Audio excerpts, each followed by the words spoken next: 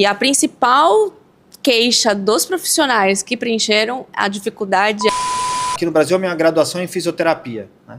Então, hoje a gente vê muitas das formações em fisioterapia, o que eu tive na graduação, hoje, já quase não se tem para deixar espaço para uma pós-graduação. Então, diminui-se a carga horária para abrir margem. Então, isso está ocorrendo com diversos cursos. Não só na área da saúde. Em todas as áreas. Mas é que tá, a gente tem que buscar essa evolução. O que é mais adequado, o que não é, como ajustar. Você concorda com essa adaptação que está tendo? Porque mercadológico, eu vejo, não é nem... É uma questão mercadológica. Para que você tenha mais espaço para vender um curso seguinte, você diminui a qualidade do primeiro? Esse é o ponto. Não é o adequado. Não é o adequado. Eu acho que você tem que solidificar o conhecimento. De fato, quanto mais avança o conhecimento numa área específica, isso requer uma pós-graduação. Mas a base você tem que ter. Tinha que ser uma base mais estruturada. Uma base sólida. Até para que você vá para a pós-graduação... Já preparado. Já com uma preparação. Entendendo. E não ir para uma pós-graduação com conhecimento que deveria ser da base. A gente vê muitos relatos de professores que falam assim, poxa, eu fui dar uma aula na pós e exigia uma informação que eu considero que era essencial e não era. Mas, nesse sentido... Por que eu fundei a Ebramec, né?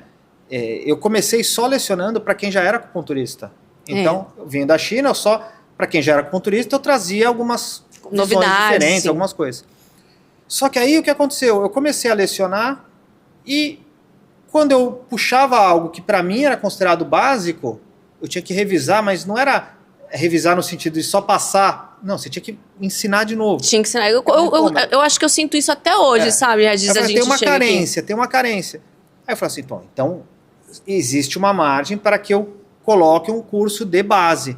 Então, o meu curso de formação em acupuntura, ele veio anos depois do meu curso avançado de acupuntura.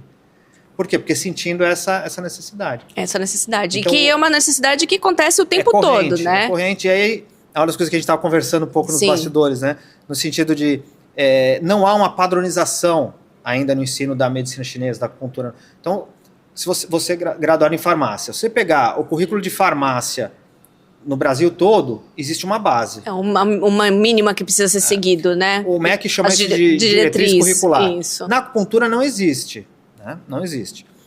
Mas há algo que deveria ser um consenso. Mas peraí, a gente está falando de uma medicina de 5.000 anos, Eu digo, não existe no Brasil. Não existe no Brasil, exato. E assim, os livros, eles têm uma diretriz que a gente tem que seguir ali minimamente. Na China,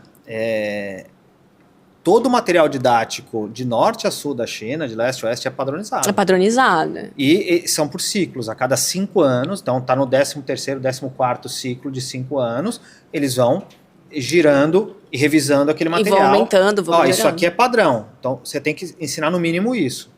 Então, quando eu implanto a faculdade Ebramec, hoje a gente tem mais de 20 polos pelo Brasil, o material didático é o mesmo em todos. Isso, os slides, o material do PowerPoint é o mesmo, seja aula em São Paulo, seja aula aqui em Santos, Rio de Janeiro, Manaus, Pelotas, o material de base é o mesmo. Sua metodologia de ensino, podemos dizer assim. É por quê? Independente se sou eu ou outro professor que vai dar aula... Ele vai seguir sempre a mesma...